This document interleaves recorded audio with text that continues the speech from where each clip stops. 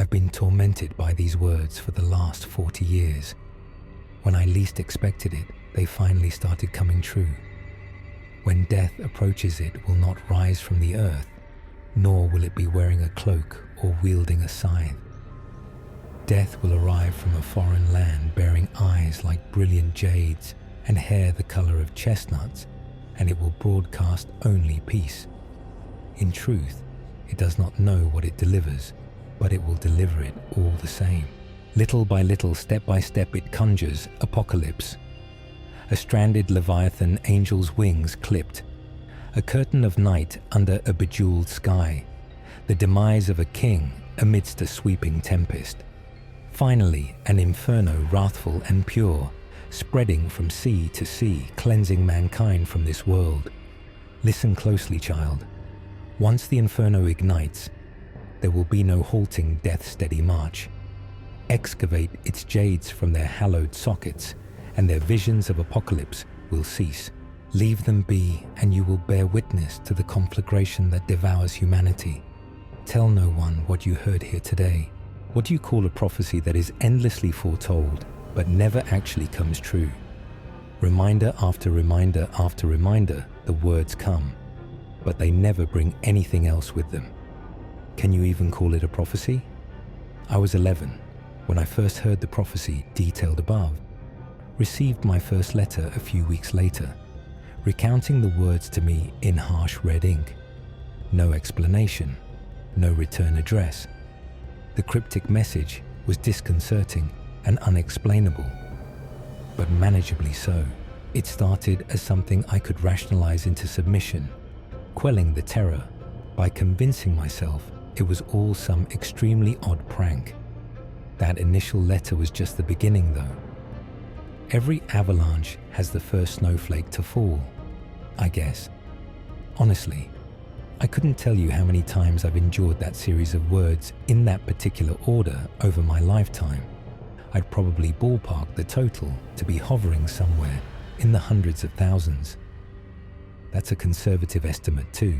The damn thing has been like an infestation, each syllable, a skittering termite gnawing through the folds of my brain, eating away the foundation, making my soul flimsy and brittle. That said, I think it's finally happening, and I'm afraid of what's coming. I'm terrified about what I might do, and I'm equally terrified about what might happen if I do nothing. Thus, I'm posting documentation of it all online. I need opinions external to the situation to help guide me, unbiased review that will ground my actions firmly in reality from here on out. Though if those words actually do predict a theoretical apocalypse, I suppose we're all internal to the situation. You lot are just a bit farther away from the epicenter. If memory serves, the whispers followed the letters and the calls followed the whispers. The reminders began small, but God, did they escalate quickly. About half a year after the first letter arrived, the whispers started. Whenever I was in a crowded space, like a subway car or a marketplace, delicate murmurs would curl into my ear. They had a sort of surround sound quality to them, warning me about the arrival of a green-eyed harbinger from every direction all at once, which made determining their point of origin basically impossible. The calls were next. Anytime I was home alone, the phone would invariably ring. When I answered, a deep robotic voice on the other end would begin subjecting me to those words. I think I was 15 when that initial call came through. Believing the droning tinny speech had to be pre-recorded, I said something like, "Ha, hilarious asshole," expecting that the person playing the recording would start talking over it, slinging an insult or two back in my direction. But when I spoke, the voice immediately paused. Once a few seconds had passed, it simply resumed the prophecy, where it left off seemingly unbothered by the interruption. Stunned, I let the voice finish the entire thing, at which point it just started reciting the prophecy from the beginning again. One time, I picked up the call, but set the phone down on a nearby couch cushion instead of reflexively hanging up, figuring that inducing boredom in my tormentor was the only real counteroffensive at my disposal. When I returned to the phone nearly 3 hours later, I found that the voice was still going. I couldn't know for sure that they hadn't taken a break in their oration while I wasn't listening, but it sure as hell felt like they'd go on forever if I gave them the forum to do so. Not answering the phone was an option, but often it was just as stressful as answering, as the voice would just call non-stop until I picked up overtime. I grew incredibly apprehensive of the shrill chiming of our telephone. The sound alone caused electric panic to gallop down the length of my spine. It was a lot for my young mind, and it only got worse as time went on.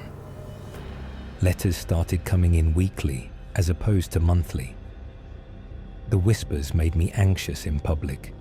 The calls made me anxious when I was alone. And despite the inescapable reminders, none of the prophecy came to pass. I began to wonder why my tormentors were putting so much effort into reminding me to be vigilant for signs of something that never seemed to actually happen. The inherent contradiction drove me up a fucking wall. Not only that, but I found it nearly impossible to confide in anyone about the harassment. Somehow, the idea of disclosing what was happening to me generated substantially more fear and anxiety than the actual torment did. On days where I'm feeling level-headed, I attribute that to conditioning. The last line of the prophecy, the favorite instrument of my tormentors, was, "Tell no one." What you heard here today, after all, it would make sense that going against that deeply ingrained order may inspire an ill-defined but all-consuming terror to bloom within me. On days where I'm feeling not so level-headed, however, I find my mind going elsewhere. With logic out the window, I flirt with some more ethereal explanations, the likes of curses, cosmic decrees, voodoo. You get the idea. Even with all that, the situation was still manageable, getting less manageable with each passing day. But I still felt like I had a handle on it. I could at least comprehend how this hyper-specific torment was possible. Imaging some weirdo getting his proverbial rocks off by reciting those godforsaken words at me in every way they could think of minimized the terror, made it undeniably human. Unfortunately, that rationalization could only stretch so far before it snapped. One afternoon, I was lounging in the living room, catching up on my favorite sitcom. Television was where I found peace and refuge. It functioned as an intermediary between being truly alone and being submerged in a crowd, both places where those words like to seethe and fester. My last bastion against the prophecy, glorious and impenetrable. But when the show flicked on, there she was, the abrupt premiere of a new character, one with chocolate-colored hair and mossy irises, an exchange student from across the Atlantic. In this family-friendly, strictly G-rated show, the cast of normally goofy characters despised the stranger. They acted repulsed by her in a way that I found deeply distressing given the context, called her names, ostracized her, gave her the cold shoulder, the works, as if that wasn't enough. The episode's narrative arc included all of the following: a bus crash, a dead bird, and a school blackout, while fireworks lit up the heavens for the 4th of July. In other words, a stranded leviathan, an angel with clipped wings, and a curtain of night under a bejeweled sky. The exchange student didn't return in the follow-up installment, which resulted in an episode-long celebration of her departure. From what I remember, throwaway dialogue heavily implied that the protagonist killed her off-screen. Bewilderment overpowered me as I stood slack-jawed in front of the TV. It just wasn't possible. I prayed for it all to be the byproduct of some fucked-up fever dream. But if that's the case, I'm still very much waiting to wake up. From there, the prophecy was all avalanche and no snowflake. Elaborate graffiti, that depicted a green-eyed harbinger overlooking a lake of fire now appeared on my walk to school. If I changed my path, the graffiti would eventually crop up somewhere along the alternative route. Locker fools of prophecy lines scribbled on small shards of paper would regularly spill out of the compartment when I opened it like a loose-leaf typhoon. On my grandmother's deathbed, I swear I heard her mutter, little by little, step by step, it conjures apocalypse under her breath. Of course, I was the only one with her at the time. Let's just say my early 20s were a struggle. I never went to college fearing that I would owe some explanation to my dorm mates for those intrusive words that I simply did not have. When my parents died, I became a bit of a recluse. Dark, lonely years that I'm happy to report did not last forever. The human brain really is an amazing machine. Given enough time, it can adapt to any set of circumstances, no matter how utterly inane. Eventually, I found myself progressively unbothered by the prophecy's frequent incursions. It's not like the parade of oddities was slowing down at the time either. I can recall plenty of commercials, fortune cookies and skywriting during my 30s that can attest to that fact, but I realized the words couldn't hurt me in and of themselves, and the jade-eyed foreigner never materialized, so what was there to be afraid of? In the end, I had a life to live. I just decided to grow around the strangeness, like vines molding their expansion around a chain-link fence. Moved to the coast for work in my mid-30s, married my wife of 20 years soon after. The reminders actually disappeared during that time. When they were finally gone, I hardly even noticed. Desensitization is a hell of a thing. But something dawned on me before I started typing this up, an association that I should have made a long time ago. The reminders only stopped once I returned to where I was infested with the prophecy in the first place. And now, a green-eyed, brown-haired stranger has moved in next door, and I feel like something awful is coming. Let me detail what I remember about meeting the seer and hearing the prophecy. For the first time, I was 11, and my family's annual vacation to the coast had been decidedly uneventful up until that point. In fact, I really don't harbor any vivid memories from those trips other than that chance 5-minute encounter. Those 300 seconds remain seared into my consciousness. Each minute detail painstakingly catalogued for further scrutiny and review. My recollection begins with me walking through the boardwalk arcade into a U-shaped room which housed all the pinball machines. It's almost closing time, and there's no one else around. I'm sauntering from machine to machine, drinking in the vibrant lights and colors, dragging my hand across their cold metal bodies as I go. Care to hear your fortune, my child? A voice unexpectedly cooed. Startled, I leap back. My head swivels wildly, trying to locate whoever just spoke, but the room is still completely empty. In the silence, however, I hear something else. The faint thrumming of a harp emanating from a space obscured by the chassis of a massive pinball machine in the very back of the room. Entranced by the airy melody, I cautiously pace forward. Wedged in the corner, I see a tall, odd-looking crate with a narrow, brightly lit window at the top. The crate itself was unlike anything I'd seen before. Shaped like a telephone box, but made of weathered, splintering wood like a coffin. From behind the dusty plexiglass, someone or something repeats the question, "Care to hear your fortune, my child?" The voice is spilling from a disembodied face contained within a small, hollowed-out cubby, no bigger than a few square feet. 2 miniature spotlights at the base of the compartment illuminate it. Crisp gold typography above the window proclaims, "Bear witness to." The seer, last of her kind. The face's skin is ivory-colored and inconsistently textured. Smooth and silken areas contrast with rough, creased ones, creating a patchwork appearance.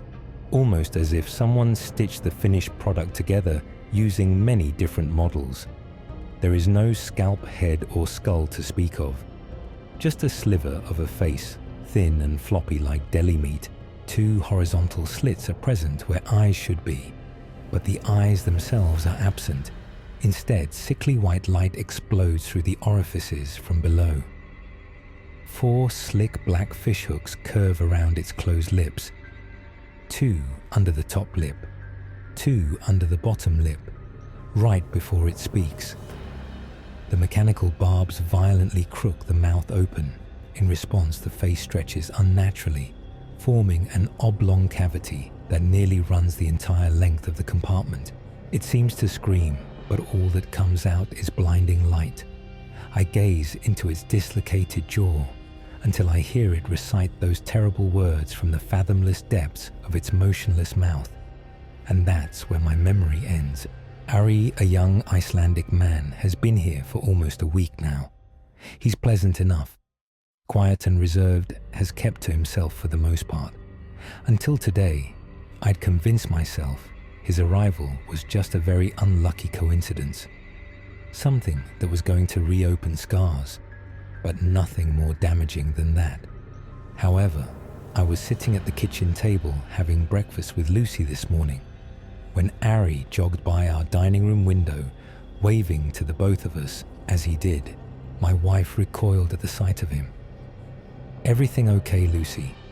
"Yeah, I'm all right. Just some bad memories." I felt my heart begin to thunder against the inside of my chest. "How do you mean?" She threw me a weak smile, and then her eyes started darting around the room. Lucy picked at her fingernails, clearly fighting back a wave of anxiety. "Oh, it's nothing, Meg, really." I needed to say it. Agony attempted to sew my lips shut, but in the end, I needed to know those words meant nothing to her. For the first time in my life, I was the one reciting the prophecy. When the end approaches, it will not rise from the earth, nor will it be wearing a cloak or wielding a scythe. Death will arrive from a foreign land bearing eyes like brilliant jades. As I spoke, I watched her pupils dilate, and her features became swollen with dread. "How the fuck do you know those words?" In the catastrophic aftermath of Lucy's question, our passage through time seemed to have slowed to a crawl. Despite feeling as though an atom bomb had detonated in our home, the rest of the world appeared unaffected. The morning sun kept on soaking our kitchen in warm light, and the birds dawdling about our front porch kept on singing. All the while, we remained trapped within that moment of realization, like a pair of primordial mosquitoes fossilized within a block of gleaming amber. We found ourselves stuck in time, immobilized by the thick layers of disbelief and confusion. I let the question linger around us, unanswered. What was there for me to say? Look at it like this. There are only 2 reasons I would have those words memorized. Either we had stumbled upon an impossibly coincidental overlap in our life histories, or I was the one who had tormented her with the prophecy for nearly 2 decades, which is how long her harassment lasted. She quickly ruled out the latter, leaving only one explanation. Not only had we both suffered at the hands of that prophecy, but in our 23 years of marriage, it had remained unsaid. The odds of it felt dizzyingly astronomical. That's what really paralyzed us, I think. The infinitesimally small chance that this mutual history was a coincidence. And if it wasn't a coincidence, that meant there was a purpose behind our mirrored ordeals. And God, that mortified me. A loud thunk shattered our joint stasis, causing Lucy and me to realign chronologically with the rest of the world. I shot up and swung my body towards the noise. My wife slid back from the table, reflexively cocooning her face with both of her arms as protection from the unseen threat. By my estimate, the crash had originated from the square window above our dishwasher. The glass looked intact, but there was a new haziness at its center. A smudge where the unknown projectile had made contact. Lucy's eyes pecked out from her makeshift barrier, With her arms still up in a protective position, nervous brown irises flickered between me and the window, silently urging me to take the lead and find out what had happened. I've always known my wife to be skittish, and I assumed it was her natural temperament, but now I'm not so sure. Our relationship had been fundamentally reshaped by the discovery of our shared trauma. I knew how the prophecy's torment had affected me, but how had it affected Lucy? In an attempt at bravery, I tiptoed over to the window, pressing my face against the surface to determine if anything was laying below it.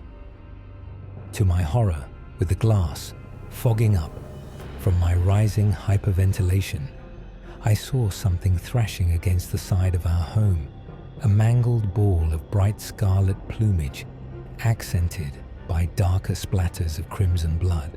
A cardinal had careened into our window and was now on the edge of death from its injuries. The same window that Ari, our green-eyed, chestnut-haired new neighbor, had waved at us through only 10 minutes prior. It wasn't alone either. Looking outside, hundreds of birds littered our suburban street, just not where you'd expect them. They weren't mid-flight or perched on nearby trees. Instead, myriads hopped aimlessly on the neighborhood's lawns and asphalt. Down the street, a jeep was laying on its horn, trying to get a cluster of the grounded animals to clear from the street. Judging by the state of its front tires, newly adorned with crumpled feathers and boggy viscera, the driver may have already accidentally run over a few of the songbirds, rightfully assuming that they would fly out of the way before being crushed. But none of them were flying. Not a single solitary one of them was airborne. The words "angel's wings clipped quietly" curled into my ears, causing me to gasp. I hadn't noticed Meg creep up behind me, her head cautiously peering over my right shoulder as she muttered the phrase a whispered prophecy long forgotten was now materializing in front of me, emerging from the catacombs of my memories like the vengeful undead. In a moment of uncharacteristic decisiveness, I proposed our next move. We need to go talk to Shep. Forget about the car. We'll probably have better luck biking to the station. Under normal circumstances, the off-season leaves our town rather quiet. The population of permanent residents is about 200, summer in comparison, attracts a decisive influx of tourists, particularly families. Parents looking to park their kids somewhere on the boardwalk so they can drink wine coolers on the beach. But once those transients clear out, it's back to just us permanents. We're a tight-knit bunch. Part of that comes from a shared love of the town. Most grew up around the area and visited the beach frequently when we were young. A lot of us found ourselves drawn back to the shore for good, by its cool climate, magnetic nostalgia, and sense of community.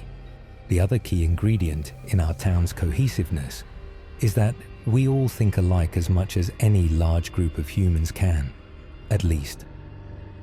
There can't be any religious tensions if we're all similarly devout agnostics.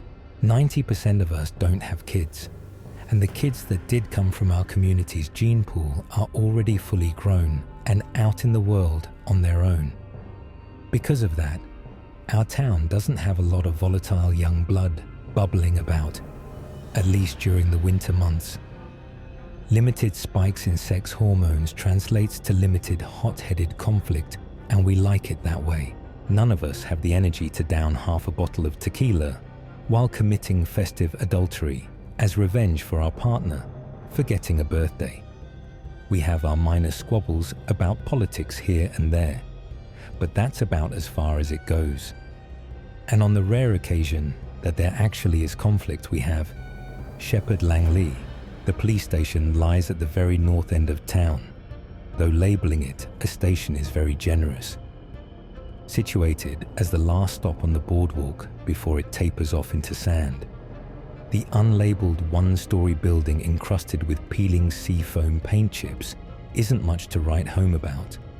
The inside contains a single jail cell, a rifle rack that rarely actually has a firearm on it, and Shep's rickety wooden desk. But like I mentioned, when it's the off-season, there isn't exactly a need for policing. Sheriff Shepard Langley, in a twist of irony, stands in stark contrast to his dilapidated, uninspired surroundings. Given the description of the station, I think you'd imagine our sheriff to be some ill-equipped, donut-totting weakling, and that would certainly fit better with the aesthetic. Thankfully, that isn't Shep. A room of a dozen Hollywood writers couldn't have designed a more stereotyped lawman. He's a gaunt, but imposing, straight-shooting, no-nonsense type of guy, always wearing boots with a bolo tie, and soft-spoken to the point where it could be misinterpreted as complexity or mystique. In other words, he was exactly what we needed. Someone to counterbalance the downright absurdity that Lucy and I were experiencing. Bursting into the station, we found Shep crouched behind his desk, fiddling with the mechanics of a loose drawer. Instantly, we had his undivided attention. He seemed to sense our distress before he could look up to see it stitched across our faces. The sheriff stood, dusted himself off, and placed a weathered screwdriver into his pocket. We were huffing and puffing from our furious bike ride over, so he spoke first. "Meg, Lucy, everything all right? I get the sense that this isn't a social call." My wife and I exchanged uncertain glances as the door thumped shut behind us. In the delirious mania that resulted from that morning's escalating revelations, we had forgotten to discuss how to actually approach Shep with our concerns. I mean, where the fuck would we even start Lucy, a better liar and improviser than I'll ever be, came up with something in a pinch. "Shep, we have been receiving some really strange calls to the house." He tilted his head as two thin grey eyebrows rose into his forehead, painting a look of confusion on his wrinkled face.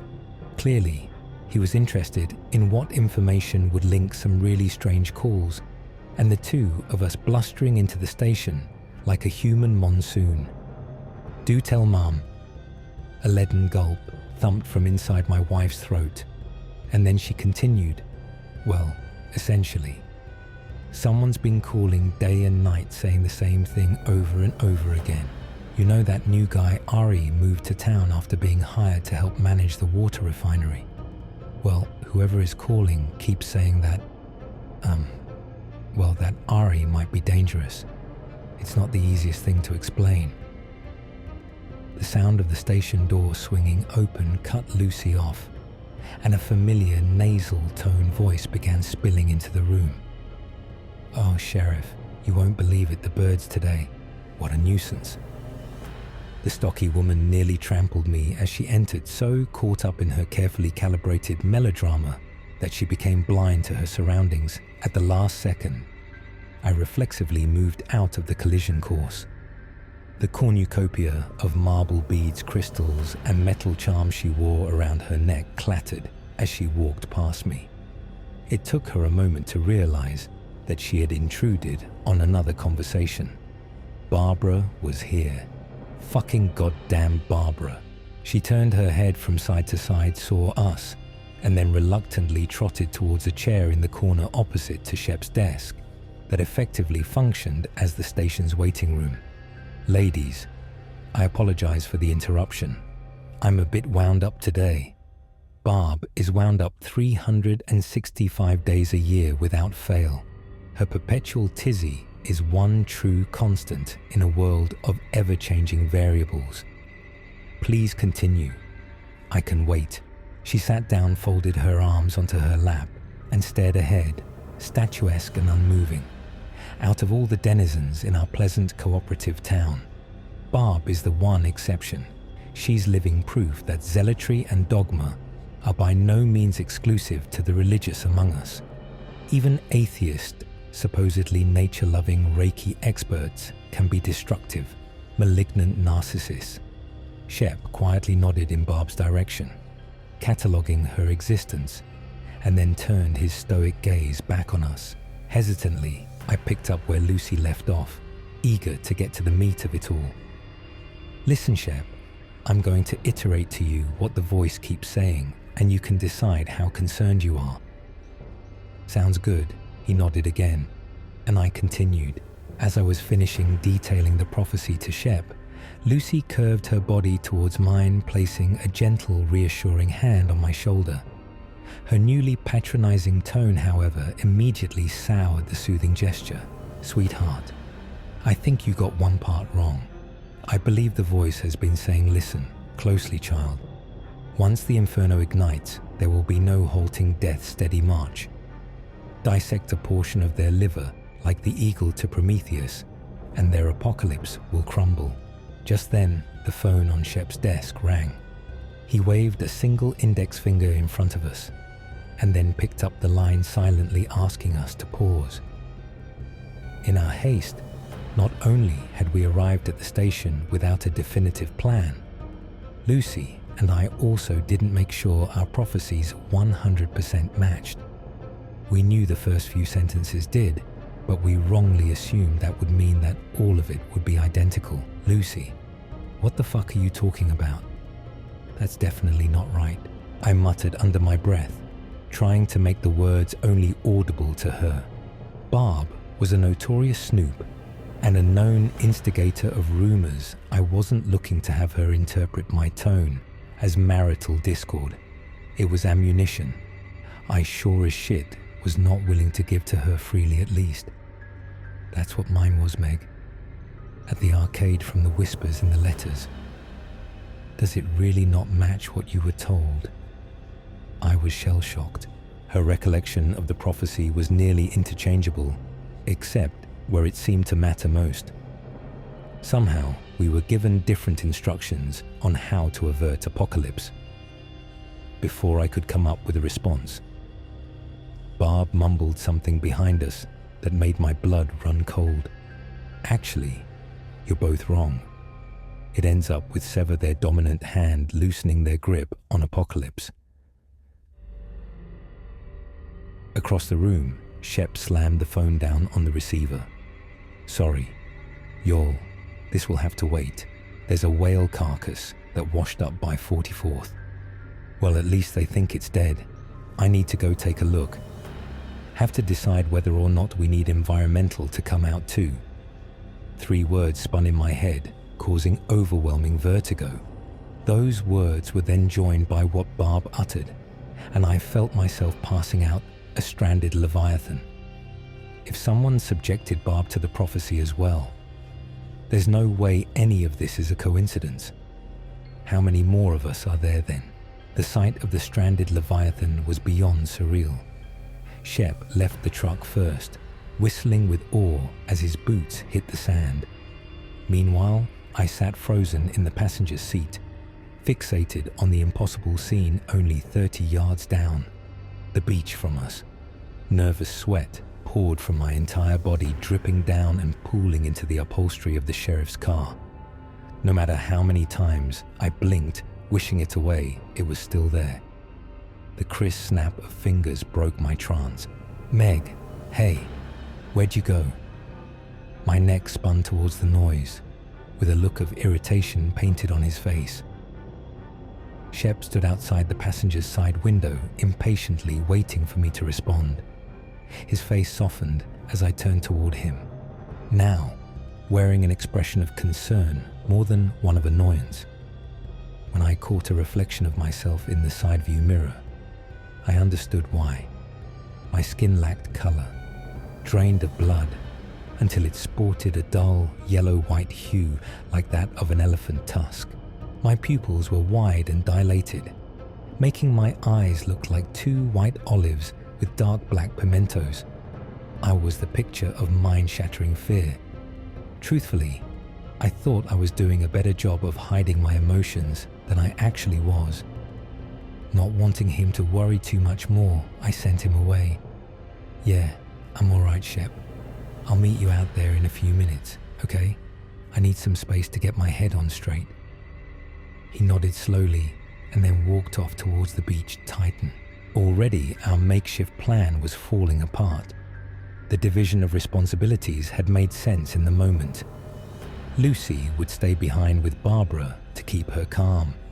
I would go with Shep to tell him more about the prophecy, while also seeing if the whale seemed to fit the criteria for a stranded leviathan. But paralytic terror was preventing me from doing either task.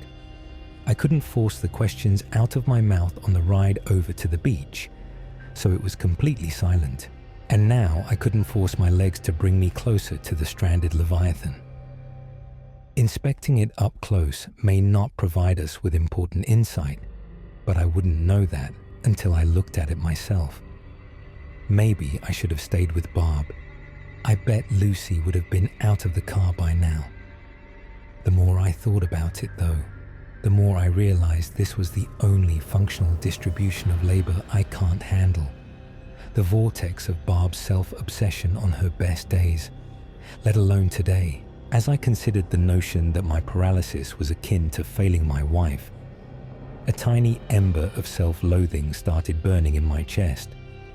Knowing that depreciation might be my only way out of this car, I billowed that ember with everything I had. "You're being such a piece of shit, Meg. You're still that kid listening to the prophecy over the phone and not hanging up. Get the fuck up, you doormat." My body exploded into action. In a revulsion, melting away the paralysis, I threw the car door open and started sprinting towards Shep and the Leviathan, twisting my ankle as I did. But I ignored the pain. I hoped Lucy was faring better than I was. It might not seem like it, but she probably had the important assignment. A few summers ago, we had a spree of teenagers ringing doorbells and then running off. No defacement of public property, no burglaries, no assault, no evidence that anyone was in any danger. It was just some dumb kids blowing off steam. Barb did not see it that way. However, she feared that the criminality was bound to escalate. It was just a matter of when.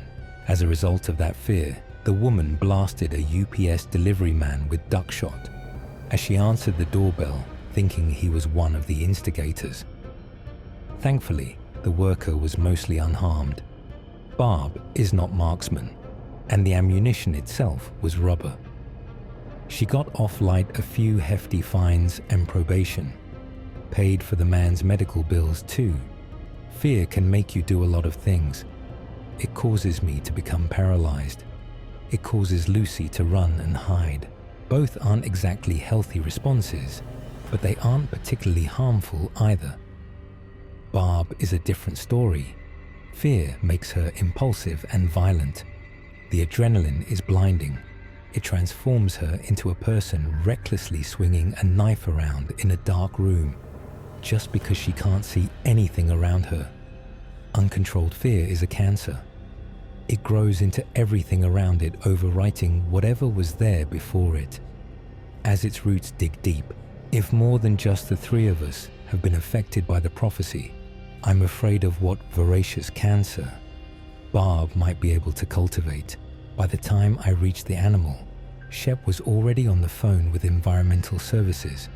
From what I could tell, he was getting a cleanup crew out to the shore as soon as possible to retrieve the carcass.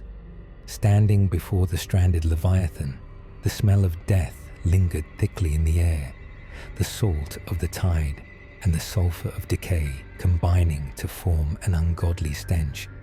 Closer to the omen, I expected my fear to intensify. Instead, I found that it quieted, and a peculiar sadness took over in its place.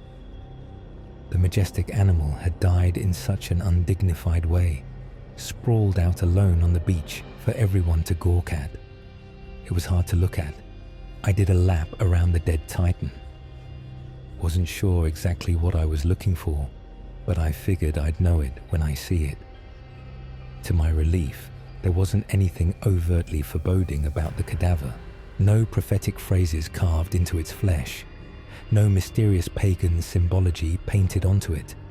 Nothing to link it to those damned words other than its arrival alongside the other potential omen, the grounded birds. But then I saw something that caught my eye. There was a patch of blackened skin on its underside partially hidden by the way it had washed up on the shore.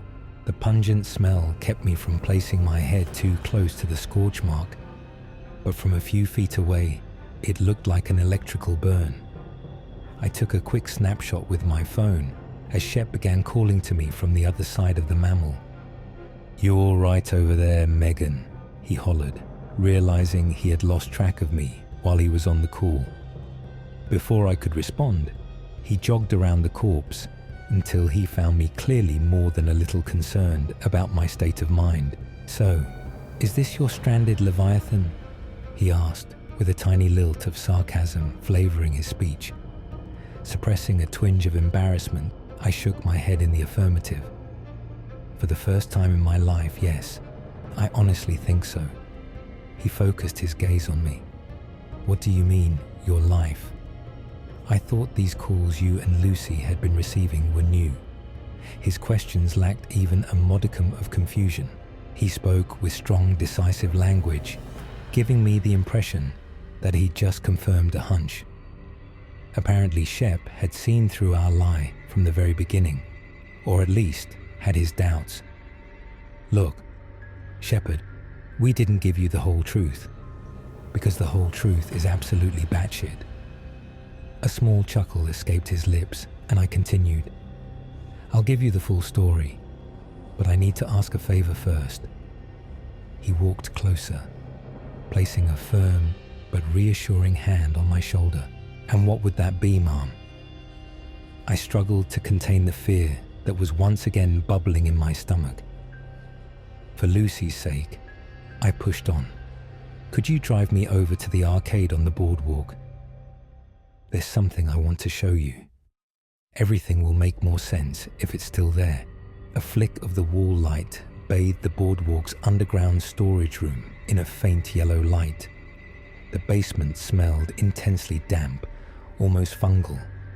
Its scent was stagnant and putrid, like a mausoleum that had been newly unsealed for the first time in a century. The room lacked any methodical organization. Clearly, the town added broken or retired items to the basement without forethought. The result, unfortunately, was that the area looked more like a junkyard than a storage space. Shep stood in front of me, surveying the disarray, with almost as much amazement as he did the whale corpse.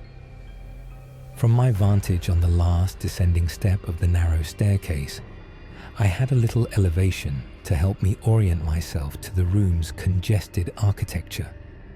"Can you spot the fortune-telling machine from where you are?" Shep asked. "Remember, someone may have thrown that thing out years ago." I scanned the room, trying to identify the shape of that windowed crate against the veritable cityscape of refuse. My eyes danced over a half-disassembled bumper car, a snow cone machine that was tipped forward on account of missing its front wheels, and stacks of old signage from businesses that have long since gone extinct. But so far, no luck. "Not yet, but this ain't exactly easy," I sighed. "Well, if you can't see it from where you are, I think we'll have to call this a wash. I don't want you digging through the garbage. That's an easy way to throw out a back or contract tetanus," he replied. I felt my phone vibrating in my pocket, but I didn't let it distract me. I needed to find this damn thing.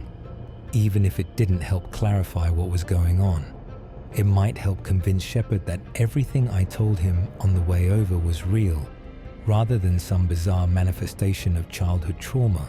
To Shep's credit, he listened intently to what I had to say, seemingly without judgment or scrutiny. That said, he was skeptical of the events that I had described.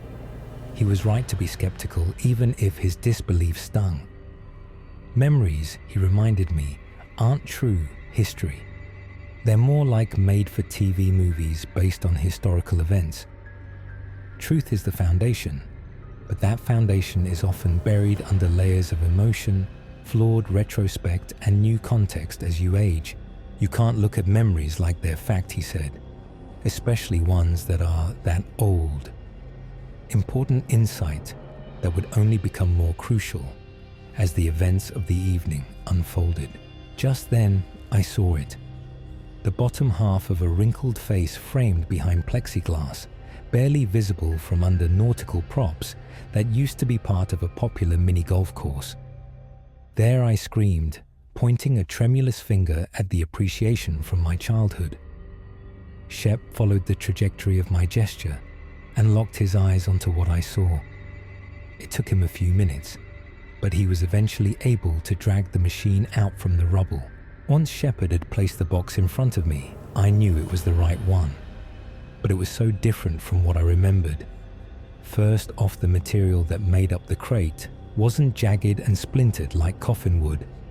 Instead, it was actually cheap plastic painted to look like driftwood.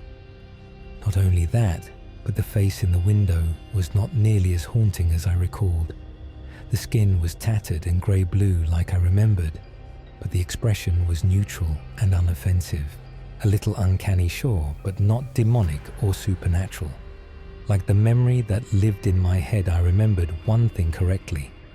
The plastic machine displayed the last great seer embroidered in gold typography above its face. "This is it. This is what made you and Lucy so freaked out?" Shep asked, dubious that so much fear could be born out of such a benign-looking contraption. I ignored his question, instead asking, "Is there any way to turn it on?" He spun his head around the perimeter of the machine and found that the power cord was still present and intact. "Sure, Meg. Let me see if this old devil still runs." The sheriff started looking for a power outlet. As he did, I felt warm comfort drip slowly into my veins. I carefully inspected the box. There was no way this ancient thing could really have given us so much heartache. Maybe this is all just a terrible coincidence. I mean, Barbara grew up around this town too. It's possible that she experienced the prophecy from this machine early in her childhood, the same as we did. It didn't fully explain what was going on with the birds, nor the stranded Leviathan, and it certainly didn't explain the motives of our shared tormentors. But those loose threads didn't mean an apocalypse was on its way, hot on the heels of our kind Icelandic neighbor. The only thing I noticed that was a bit odd was a small T-shaped hole on the back of the machine. If I didn't know any better, I'd say it looked like where you plug a landline into. Almost like someone could have used the animatronic fortune teller as a phone. As if in response to my internal rationalizations, something abruptly plunged the storage area into complete darkness. "Ah, damn buggy wiring," Shep said from somewhere deeper within the blackness. "Meg, are you still on that last step? Can you flick the light and see if it comes back on?" "Yep, I'm on it." I carefully leaned forward, gripping the banister with one hand, while sliding the other up and down the surface of the wall to my right, looking for the switch. Eventually I found it, and I began moving it up and down. The knob clicked, but no light came to our aid. No luck, Shep. I reached my hand out until I found the sheriff's shoulder, and I guided him safely back onto the stairs. Once we got back to the ground level, a pounding terror ripped into my torso. The top of the stairs dumped us out in front of the boardwalk. In the time we had been in the storage area, twilight had transitioned into a moonless night, but it shouldn't have been as dark as it was. The boardwalk is littered with street lamps that automatically come on before sunset. But just like the storage area, they were all empty of light. Shep climbed out of the stairway behind me, swearing as he did. He had noticed something in the sky opposite to the direction I was looking. My lord, what in the living fuck is that? When I turned around, I couldn't believe what I was seeing. The blue-green light reflected damningly off of Shepard's wide eyes, confirming my worst fears. Above us, there were gleaming, twisting sheets of cosmic light. I counted 5 separate bars, each of them the size of multiple football fields. They were primarily aquamarine, accented by some smaller flecks of indigo. It reminded me of the aurora borealis, but we sure as shit weren't in the Great North. I couldn't hold back the words. It felt like withholding an exhale. If I didn't let it spill out of me, I was liable to suffocate. A curtain of night under a bejeweled sky. In a flash, I remembered Lucy was under the same sky, but not with me. She was with Barb. I wrenched my phone out of my pocket, the heavens tinting the screen ghostly neon colors as I saw what I ignored while searching for the last great seer. 4 missed calls from Lucy, followed by a text message and a picture Barb gathered nearly everyone at the chapel except Ari.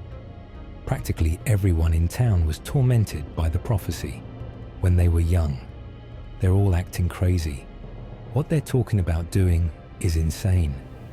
Come ASAP and bring Shep. Although none of us are religious, we use an abandoned Pentecostal church as our town hall. It's the biggest communal space we have. The picture was hazy and out of focus, which I took to mean that Lucy had taken it in secret. There was a whiteboard next to the pulpit, which was covered in things like, excavate its jades from their hallowed sockets, and their visions of apocalypse will cease. Remove eyes, 5. Tally marks next to it. Excise the bull's manhood, and apocalypse will fall. Castration 2. Tally marks.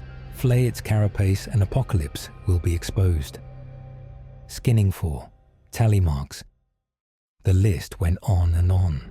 Standing at the pulpit, I could clearly see Barb, eyes burning with frenzy hands gesturing wildly toward the pews.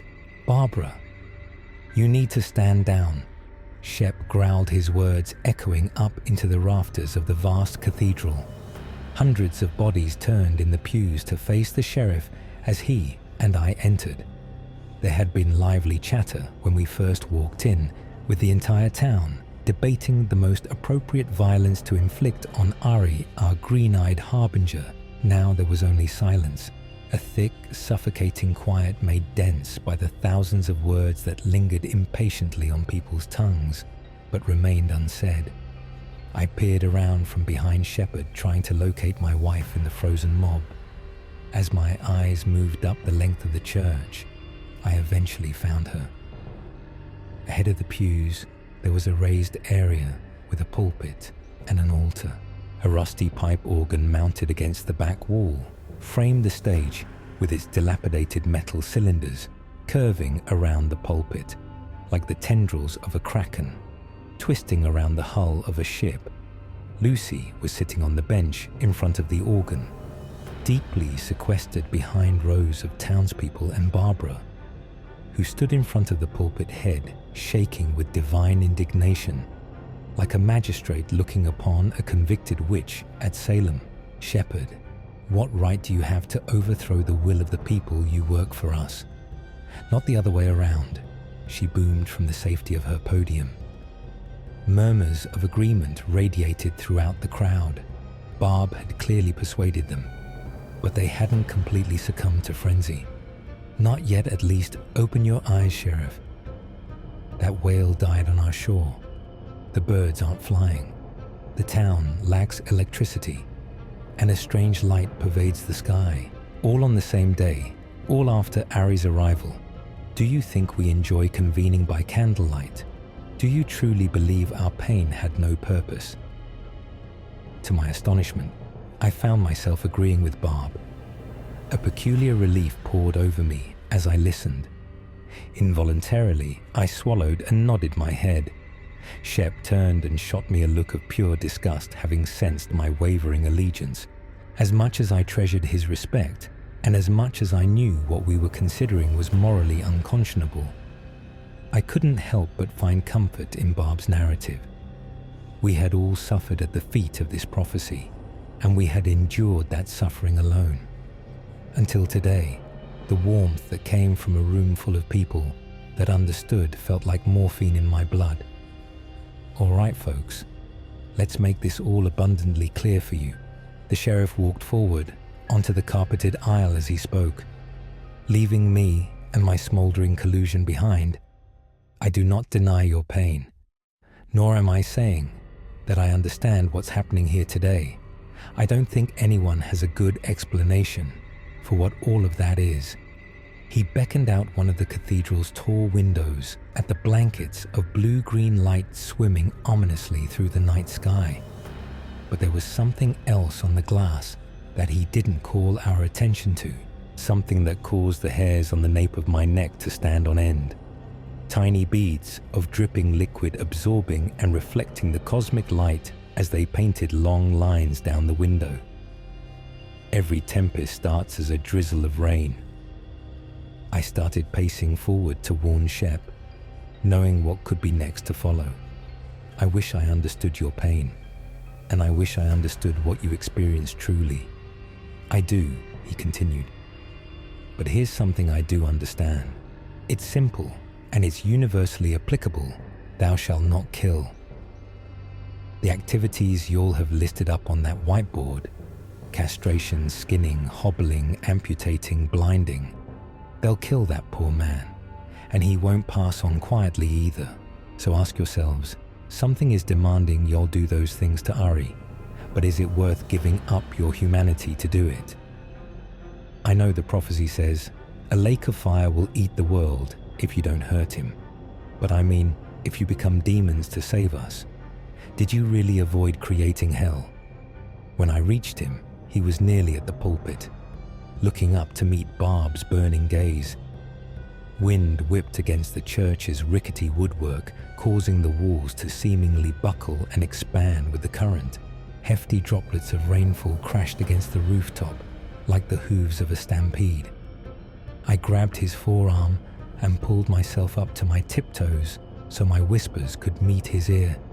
I know you don't believe this is happening, but we need to go.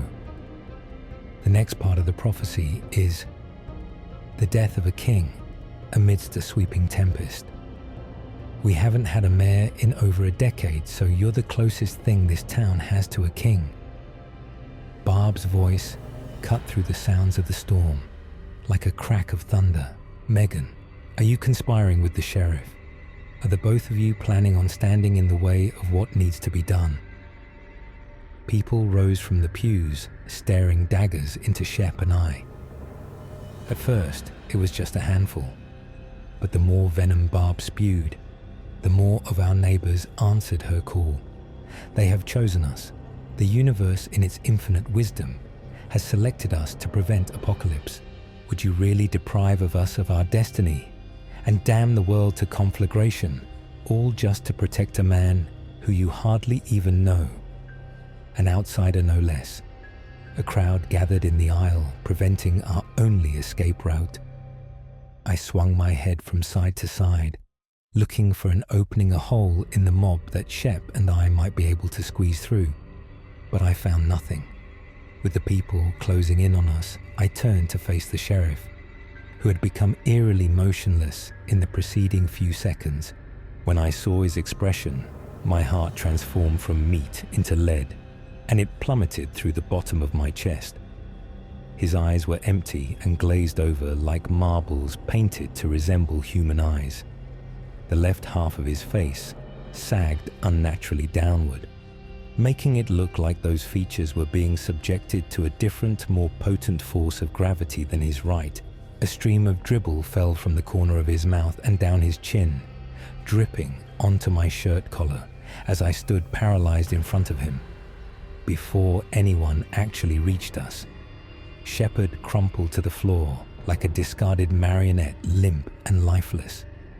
The crowd stopped moving, and the room once again became filled with that thick silence. I followed him to the floor, kneeling over him with hot tears welling up in my eyes. Shep. Oh God. No matter how much I called out to him, no matter how much I shook him, Shep didn't wake up. He'd never wake up again, actually. My eyes darted around the room, but no one was dialing 911. Phones still work, right? I screamed in disbelief. What the fuck are you all waiting for? He's having a stroke, I bellowed through my sobs. No one moved an inch. Fuck all of you. Right to hell. My hand moved to pull my cell phone from my back pocket, but somebody caught my wrist from behind and held it tightly in the air. I assumed it was Barb, so I balled my other hand into a sturdy fist and swung it towards my captor, but it never made contact. Shock and despair caused the punch to dissolve mid-flight. Lucy was the one who was holding me back. "Good job, sweetheart." Barb cooed from behind the pulpit, still on the floor of the cathedral next to the dying man. My breathing became ragged and my muscles turned into putty. Flickering candlelight danced over Lucy's face as I looked into it for answers. Resignation and sorrow marked her expression, but it was clear that she acted calmly and deliberately.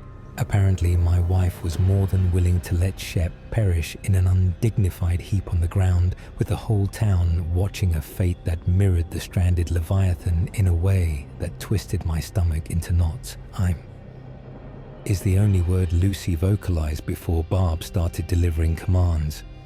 One, gather the rope from your car so we can restrain Meg and Tricia. I want you to take Jeremy, Phil and Widgeon out to the 23rd Aries house. Is the blue ranchero on the corner. Avery, Tom, Martha. Could you kindly pull the sheriff's body out back? The church has a freezer, but there's still no electricity. We can't preserve him. Best we can do is an impromptu burial. She then stepped forward from the pulpit slightly to crane her neck around the whiteboard.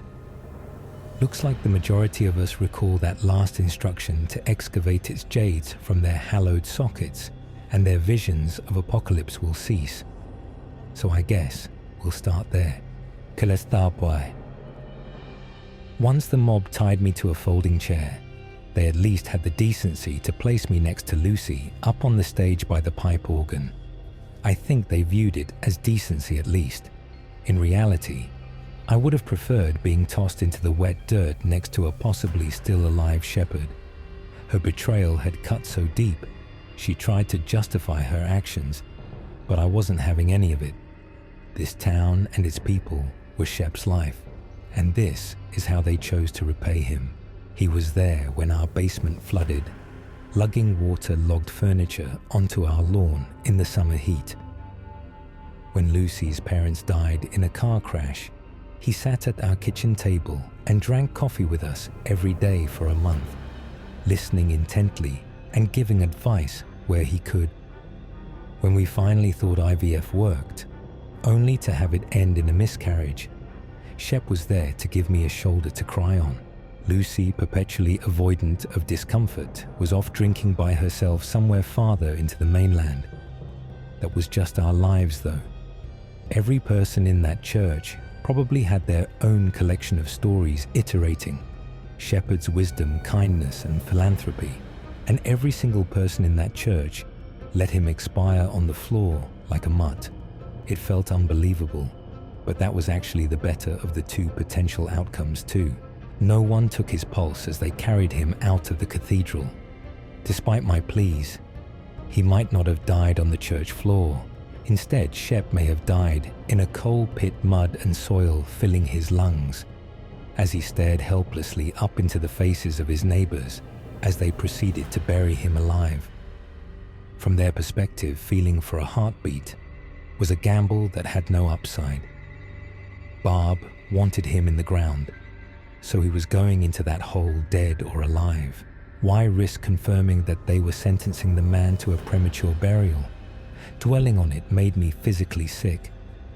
When I saw a group of them re-entering the church, with Ari, his face black and blue from a beating, my anguish turned into something more useful. Seething rage. Does any of this even make any goddamn sense? I screamed, cheeks and chest flushed bright red. My outburst was abrupt and unexpected, startled a few people nearly jumped out of their own skin. Lucy included. I get the insanity of us all being tormented by the prophecy, but I mean, think about it. Ari's been here for over a week. It's not like everything happened the moment he stepped foot in town. We live on the coast. We've had beached whales before, remember? We're going to torture and kill a man over a beached whale, a few dumb birds and some faulty wiring. And why would there be these differences in the prophetic instructions? I counted 16 separate lines listed on that whiteboard. Does anyone have a good way to explain that? For fuck's sake, what would be the point? Barb turned to face me, and I swear I saw her chuckle. I think she tried to get a word in edgewise, but that goddamn chuckle was like throwing a canister of gasoline into a bonfire. And Shepard, fucking Shepard, he was the sheriff. You fucking lunatics. He wasn't a king. They aren't even close to the same position. Barb is forcing a square peg through a circular hole. But you all are so brainwashed that you're not even thinking about it. This isn't some divine responsibility. This isn't the universe asking us to be brave in the face of apocalypse. No, this is something else. Unfortunately, I felt myself losing steam. They had just brought Ari onto the stage. Seeing his wild, fearful eyes and his bloody swollen mouth up close was diluting my focus. If someone can just look at my phone, I have proof. There was a burn, some type of burn on the whale. I mean the Leviathan. There's something going on that we don't completely understand. Shep, oh God, Shep. He drove me over to the boardwalk. We saw the last great seer. There was a plug in the back. I think that it could be used like a telephone. Juan, a burly Dominican man who ran the local deli, forcefully pushed the green-eyed harbinger into a folding chair so he was facing me. Only a few feet away, Ari peered up at his captor, mumbling pleas of mercy through intermittent sobs. Absent-mindedly, the outsider tried to meet Juan's gaze by swiveling his torso, rather than remaining still as instructed. Ari wasn't trying to escape, that much was clear. He was trying to make an appeal to his humanity by looking into his eyes. A set of knuckles careened into his jaw in response to that appeal, releasing the sickening type of crunch that accompanies bone-crushing bone. The young man toppled from the folding chair onto the floor. I watched in horror as one Barb and a few others circled around him like carrion birds flying above fresh roadkill. Anytime he moved, the group sent a flurry of kicks into his ribs and abdomen. Once they had tenderized him to the point of near unconsciousness, they dragged his limp body back into the folding chair and secured him with the same rope they had used to secure me. "You're all fucking animals," I whispered. Ari's head hung motionless chin to chest. The metallic scent of newly liberated blood drifted through the air like smoke. Even though I was unharmed, I could still almost taste it, wet copper lurching over the tip of my tongue. "You're all fucking animals."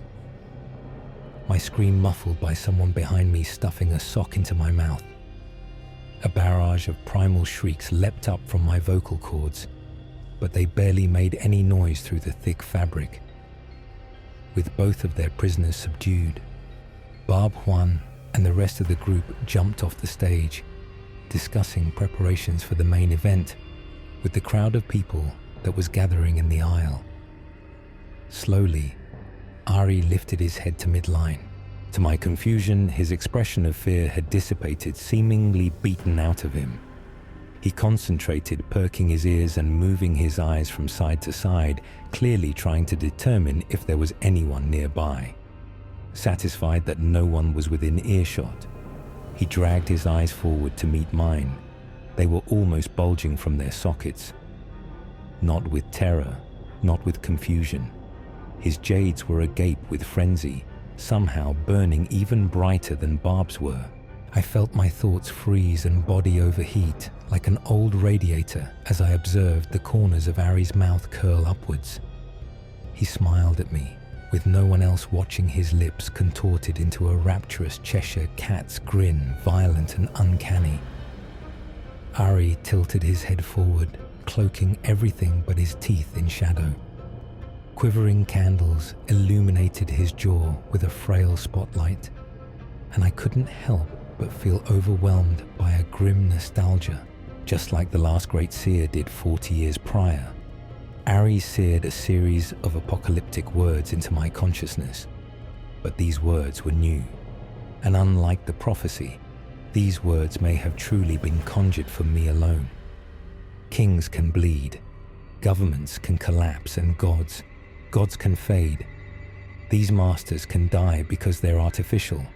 We made them, but superstition is immortal. It's tangled within us to our very core. It's undying because it's hereditary, a ghost in our DNA. You can't kill the inseparable Megan. Suddenly, as quickly as it came, the green-eyed harbinger's grin vanished with his mask of fear nailed on tight. Ari placed his chin to his chest and waited for deliverance. I find myself unwilling or unable to detail what came next. Just know that by the time the town was finished with him, Ari had been thoroughly disassembled. Until the break of dawn, they worked their way down the whiteboard's profane list. From what I could tell, the original plan was to only subject Ari to the violent instructions that held a majority from the town's combined memories. But bloodletting always begets more bloodletting. This is the apocalypse we're talking about after all, and they couldn't be 100% sure which vile act was the key to saving us. Better safe than sorry, right?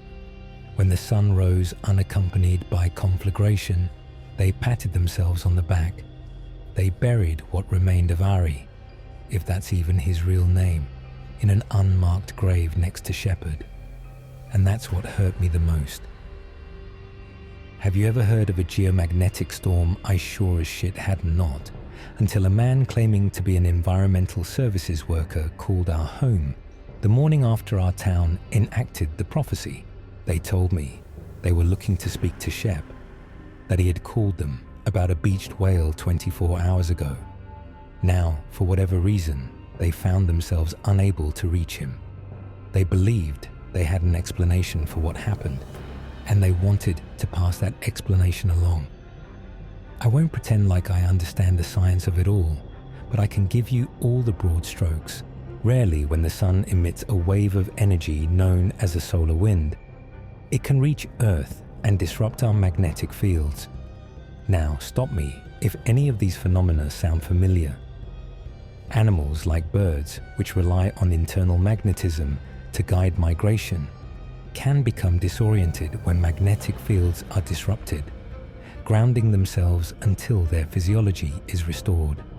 In some cases, whales have been known to beach themselves, as they also rely on magnetism for guidance. Electrical systems can fail too. Hell, some theorists have speculated that magnetic shifts can cause the formation of a transient aurora borealis in places that aren't normally associated with that type of cosmic occurrence. At first, I'm wondering why I'm being told all of this, but then it hits me. Another grim nostalgia. I'm listening to the hollow, monotone voice from my childhood.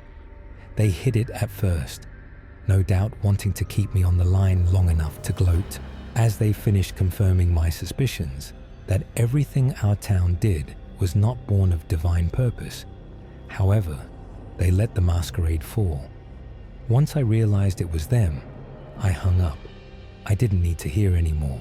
You might ask yourself, what's the point? Well, here it is. I think we were all part of some grand experiment. Someone wanted to prove that they could condition a group of people to commit heinous atrocities without the justification of patriotism, financial incentive, or religious zealotry. They wanted to show that intelligent, well-adjusted members of society could enact hell on earth in pursuit of preventing an apocalypse, ignoring any contradictory information that may stand in their way. All they needed was a way to manifest apocalyptic conditions at the right time, which apparently involved a localized disruption of magnetic fields. They may have to nudge the circumstances along, of course. Maybe a Leviathan didn't beach itself as intended, so they sent someone down to electrocute the damn thing, and then they pulled it to shore. They felt so confident in their hypothesis. In fact, I imagined that they said, "Hey, I bet these animals will do it, even if we give them different instructions on how to do it. That's how well this is going to work."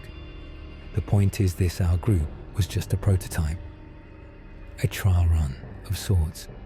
I believe we were preparing for a larger, more horrific conditioning event. So I'm here to provide a cautionary tale. It's the least I can do for Shepherd. Look around you. How many of your co-workers, friends and family members use astrology to guide their actions? We think we've evolved beyond myth and superstition, but that's an outright lie, and the belief hurts us more than it helps us. We need to be vigilant against this type of control. Don't believe me? Pull out your phone, open the application store and search for The Last Great Seer. Should be a new release listed under astrology or cosmology. Tell me what you see.